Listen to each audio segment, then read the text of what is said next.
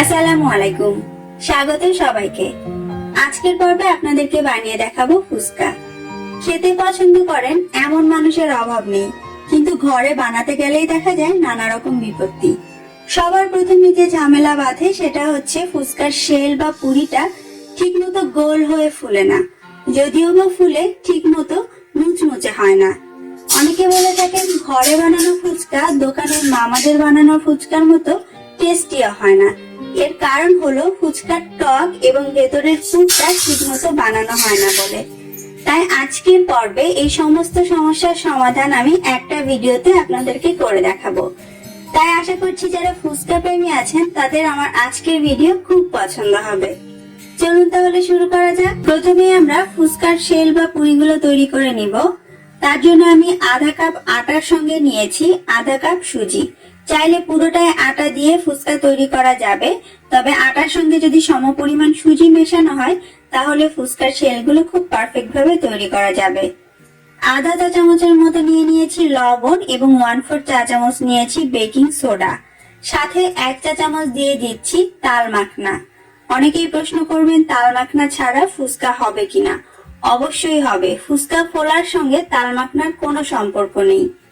এখন প্রথমে এই শুকনো উপকরণগুলো আমি একসঙ্গে ভালো করে মিশিয়ে নিচ্ছি। তারপরে অল্প অল্প করে নরমাল পানি দিয়ে একটা টাইট খামির আমাদেরকে তৈরি করতে হবে। আমি আধা কাপ পানি নিয়েছি, কিন্তু পুরোটা একবারে ঢেলে দিচ্ছি না, কারণ ময়দা বা আটার প্রকার ভেদে পানি কিছুটা কম বেশি লাগতে পারে। আমাদের খুব টাইট করে একটা খামির বানাতে হবে। যখনই দেখবেন বাটিতে কোনো শুকনো ময়দা দেখা যাচ্ছে না, তখনই পানি দেওয়া বন্ধ করতে হবে। আধা কাপ পানি থেকে আমার 1 টেবিল চামচ পানি বেঁচে গিয়েছে। তারপরে এই খামিরটাকে 2-3 মিনিট ধরে ভালো করে একটু মথে নিতে হবে। যেহেতু খামিরটা অনেক শক্ত থাকবে, তাই এটাকে কিছুক্ষণ রেস্টে রাখা খুবই জরুরি। একটা ভেজা নেংড়ানো কাপড় বা কিচেন টাওয়াল দিয়ে ঢেকে মিনিমাম আধা ঘন্টার জন্য এটাকে রেখে দিতে হবে।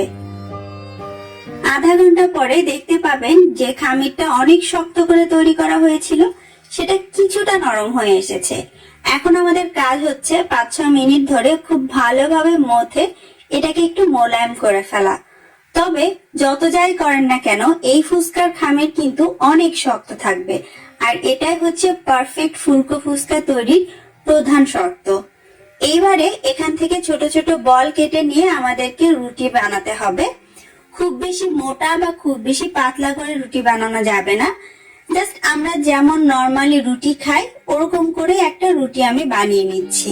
যেহেতু আমি ছোট একটা বল নিয়েছিলাম, রুটিটাও ছোট হয়েছে, আর দেখতেই পাচ্ছেন রুটিটা কিন্তু খুব বেশি মোটাও না পাতলাও না। এবার এই রুটিটার উপরে আরো একটা রুটি বসিয়ে সমান সমান করে তারপরে এটাকে আবারও পাতলা করে বেলে নিতে হবে। এবারও যে একদম কাগজের মতো পাতলা করতে হবে তা নয়। ঘরে আমরা সকালে নাস্তায় যেমন রুটি খাই সেরকম পুরুত্বে একটা রুটি বানালেই হবে। আর 2টা রুটি একসঙ্গে করে তবেই বেলবেন, এতেও কিন্তু ফুচকা পারফেক্ট ভাবে ফুলে। এইবারে কুকি কাটার বা গোলমুখওয়ালা যে কোনো কিছু দিয়ে গোল গোল করে ফুচকা কেটে নিতে হবে। কেটে নেওয়ার পর বাড়তি যে অংশ সেটা আবারও বাটিতে ঢেকে রেখে দিতে হবে এবং বাকি খামিরের সঙ্গে পরবর্তীতে একইভাবে বেলে এইভাবে গোল গোল করে কেটে নিতে হবে। আর কাটা হয়ে গেলে সাথে সাথে এগুলোকে তেলে ছেড়ে ভাজতে যাবেন না, তাতে অনেক সময় ফুচকা ঠিক মতো ফুলে না। খুব ভালো হয় আপনি যদি সবগুলো কেটে একটা প্লেটে সাজিয়ে নেন এবং এগুলোকে ঢেকে রাখেন, তারপরে একবারে তেল গরম করে অল্প অল্প করে ভেজে নেন, তাহলে ফুচকাগুলো পারফেক্ট ভাবে ফুলবে। ভাজার ক্ষেত্রে প্রধান যে শর্ত সেটা হচ্ছে তেলটাকে খুব ভালো মতো গরম করে নেওয়া, অনেকটা ধোয়া ওঠা গরম, তা না হলে কিন্তু ফুচকা ঠিক মতো ফুলবে না। মিডিয়াম হাই আছে আমি তেলটাকে খুব ভালো মতো গরম করে তারপরেই কেটে রাখা রুটিগুলো এর মধ্যে ছেড়ে দিচ্ছি। আর দেখতেই পাচ্ছেন তেলের মধ্যে পড়ার সঙ্গে সঙ্গে কিভাবে নিজে নিজেই এগুলো গোল হয়ে ফুলে উঠছে। যতগুলো ফুচকা আপনি একবারে দিতে চান সেগুলো দেয়া হয়ে গেলে তারপরে চুলার আঁচটা কমিয়ে দিতে হবে, যেমন মিডিয়াম করে দিতে পারেন, এবং মিডিয়াম আঁচে এটাকে উল্টে পাল্টে চারপাশে সোনালী কালার হওয়া পর্যন্ত ভেজে নিতে হবে। তাহলেই ফুচকা দেখবেন একদম পারফেক্ট ভাবে ফুলকো হবে। তেল গরম করা খুবই জরুরি, এটা মাথায় রাখবেন। যেমন পেছনে যদি পাগলা কুকুরে তাড়া করেন, না দৌড়ে যেমন কোনো উপায় থাকে না, তেমনি অতিরিক্ত গরম তেলে ফুচকার লেচি ফেললে সেটারও না ফুলে কোনো উপায় থাকে না। ফুলবে না মানে ফুলতেই হবে। তবে দু একটা থাকবে খুবই বজ্জাত ঘাটতারা, একটু ফুলবে বা কিছুটা কম ফুলবে, নাও ফুলতে পারে, তবে খুবই কম। 95% ফুচকাই এরকম গোল হয়ে ফুলবে। একবার এভাবে বানিয়ে দেখবেন। শর্ত হলো দুটো। একটা, যখন আপনি তেলে ফুচকা ছাড়বেন তখন তেলটা অনেক গরম থাকতে হবে এবং ফুচকা ফুলে ওঠার পর চুলাটা মিডিয়াম করে দিতে হবে। এইভাবে করে সবগুলো ফুচকা আমি ভেজে নিয়েছি আর দেখতেই পাচ্ছেন কত সুন্দর গোলুমলু হয়ে এগুলো ফুলেছে। দোকানের কেনা ফুচকার থেকে কোনো অংশেই কম নয়। অনেকের মনে হয়তো প্রশ্ন আসছে যে সবগুলোই কি এরকম ফুলেছে, একটাও কি খারাপ হয়নি? আপনাদের কৌতূহল মেটাচ্ছি। এই যে এই কয়টা ফুচকা আমি আলাদা করেছি যেগুলো আমার মনে হয়েছে পারফেক্ট ভাবে ফুলেনি। তারপরেও একেবারে বাতিলের খাতায়ও কিন্তু এগুলো ফেলা যাচ্ছে না, দেখতেই পাচ্ছেন। এই যে এই ঘাটতারাটা কেন জানি ফুলেনি আমি জানি না। এখন এই এলেবেলে ফুচকাগুলোর ভেতর থেকে দুটো ভেঙে আমি আপনাদেরকে একটু শব্দটা শুনিয়ে দিচ্ছি, যেটা আসলে কতটা ক্রিস্পি। আর হ্যাঁ, এই ফুচকাগুলো আপনারা এয়ারটাইট কন্টেনারে করে 1 মাস ধরে সংরক্ষণ করতে পারেন, পুরোপুরি মুচমুচে থাকবে। এবারে আমরা তেঁতুলের টক বা ফুচকার টক পানিটা তৈরি করব। তার জন্য আমি এখানে কিছুটা পাকা তেঁতুল নিয়েছি আর তেঁতুলটাকে ঠিক মতো নরম করার জন্য প্রায় 1 কাপের মতো পানি দিয়ে ভিজিয়ে রাখছি 10 মিনিটের জন্য। এই সময়ের মধ্যে তেঁতুলটা বেশ নরম হয়ে যাবে, তখন আমাদের চটকাতে সুবিধা হবে। এখন কাজ হচ্ছে পানির মধ্যে তেঁতুলটাকে চটকে এর গায়ের রস বা কাঠটাকে বের করে নেওয়া এবং ভেতরে যে বিচি এবং আঁশগুলো থাকবে সেগুলোকে ভালো করে নিংড়ে ফেলা। এই যে দেখতে পাচ্ছেন আমাদের তেঁতুলের মাড় বা কাঠটা বের হয়ে গিয়েছে। এখন এর মধ্যে আমরা বাদ বাকি মশলা মেশাবো। প্রথমে আমি এর মধ্যে দিয়ে দিচ্ছি 2 টেবিল চামচ চিনি, চাইলে আপনি গুঁড়ো ব্যবহার করতে পারেন। এবারে দিচ্ছি 1 চা চামচের মতো লবণ, সেই সাথে দিচ্ছি আধা চা চামচের মতো বিট লবণ, 1 চা চামচ দিয়ে দিচ্ছি ভাজা জিরার গুঁড়া, ঝাল করার জন্য দিয়ে দিচ্ছি 1 চা চামচ চিলি ফ্লেক্স এবং সেই সঙ্গে একটা কাঁচামরিচ মিহি কুচি করে কাটা এবং 1 টেবিল চামচ লেবুর রসের সঙ্গে লেবুর খোসাও আমি কুচি করে দিয়েছি। খুব সুন্দর ফ্লেভার আসবে তাতে।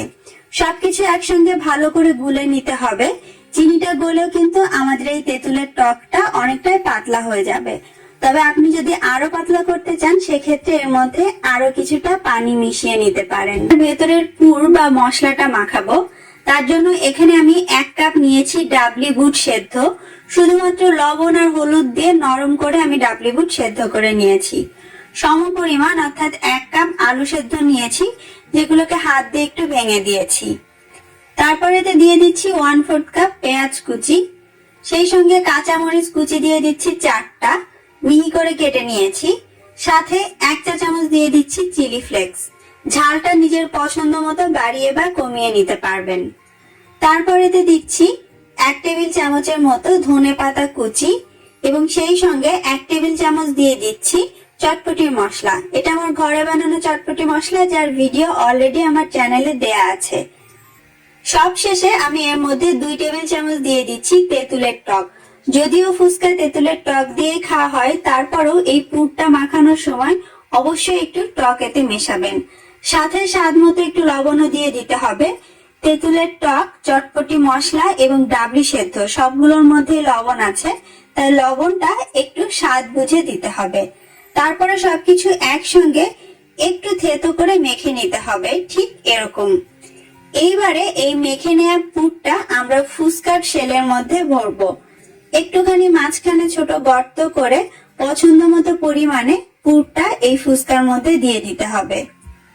একটা আপনাদেরকে ভেঙে দেখায়, ঠিক এইভাবে বুড়া আঙুল দিয়ে মাঝখানে এভাবে একটু গর্ত করে নিতে হবে এবং এর ভেতরে কিছুটা এই ডাবলি আলু সেদ্ধ দিয়ে দিতে হবে। তারপর পুর ভরা এই ফুচকাগুলো একটা প্লেটে সাজিয়ে দিতে হবে এবং সাথে অবশ্যই ছোট একটা বাটিতে কিছুটা তেঁতুলের টকও দিয়ে দিতে হবে। আর পরিবেশনের জন্য এই ফুচকাগুলোর ওপর দিয়ে পছন্দ মতো পরিমাণে কিছুটা পেঁয়াজ, কাঁচামরিচ, ধনেপাতা কুচি দিয়ে সাজিয়ে দিতে হবে। আর সব শেষে অবশ্যই এর উপরে একটু ডিম দিয়ে দিতে হবে। সেদ্ধ ডিম গ্রেটার দিয়ে ওপর থেকে এভাবে একটু গ্রেট করে দিতে পারেন। দেখতেও যেমন সুন্দর লাগে, খেতেও অনেক মজার হয়। আর টক ওঠানোর জন্য সাথে দিয়ে দিতে হবে ছোট্ট একটা চামচ। এবার আর কি, এবার তো বলার কিছু নেই, এখন শুধু খাওয়া। একটা করে ফুচকা হাতে নিন, ভেতরে কিছুটা তেঁতুলের টক ঢুকিয়ে দিন, তারপর মজা করে খান। যদি বেশি ঝালখোর হন, ওপর দিয়ে পছন্দ মতো কাঁচা মরিচ বা শুকনো মরিচ ছড়িয়ে নিন। ব্যাস হয়ে গেল মামাদের থেকেও ডাবল মজার ঘরে বানানো ফুচকা। আশা করছি আজকের রেসিপি আপনাদের ভালো লেগেছে। কমেন্ট করে অবশ্যই জানাবেন। সবাই ভালো থাকবেন। আল্লাহ হাফেজ।